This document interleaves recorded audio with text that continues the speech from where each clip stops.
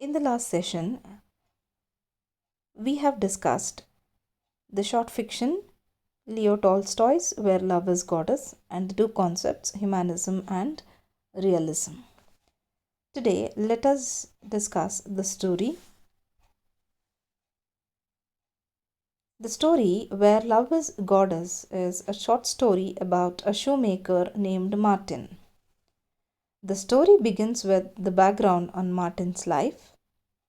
He was a fine cobbler, as he did his work well and never promised to do anything that he could not do. He stayed busy with his work in his basement, which had only one window. Through this window, he could see only the feet of people. He was still able to recognize most people by their shoes, as he had worked with most of the shoes at least once. He had a wife, but she died, and all the children had died in their infancy except a 3-year-old son. After he thought about sending him off to live with his sister, he decided to care for the child himself. Martin, however, was not destined to have a child, as his son died a few years later with a fever. In grief, he denied God, wondering how he could allow such a thing to happen to him.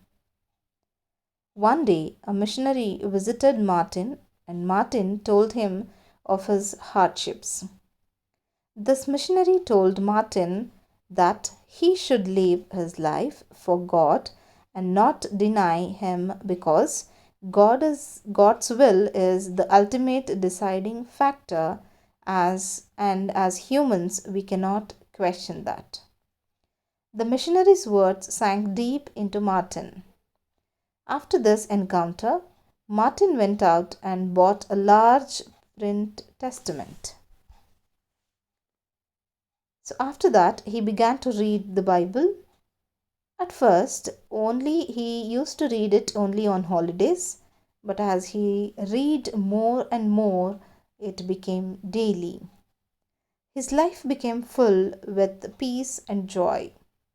After his day of work, he would sit down with a lamp and read. One night, Martin read a passage about Parsi, who had invited Jesus into his house, and in the house a woman anointed and washed Jesus' feet with her tears. As Martin slept, he thought he heard the voice of God telling him that he would visit him the next day. The next morning, Martin skeptically watched out of his window for God. While he was searching for God, he saw Stepan shoveling away snow. Martin invited him for a warm drink, and they talked for a while. Martin told him that Jesus and the Parsi and the Stepan was moved to tears. He later left and thanked Martin for the food, both for the soul and body.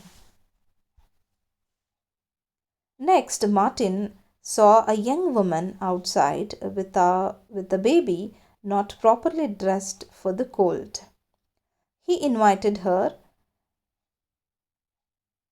for some food and gave her warm clothes and money. Martin also told her about Jesus, and she thanked him and left. Then he saw a young boy stealing from an older lady. He went outside and settled their argument, as he extended love and compassion towards the both of them. That night, while Martin wondered why God had not visited him, the three figures appeared in his home who he had showed hospitality to that day. They said that when he helped them, he was helping God. Martin then realized that God had indeed visited him, and he accepted him well.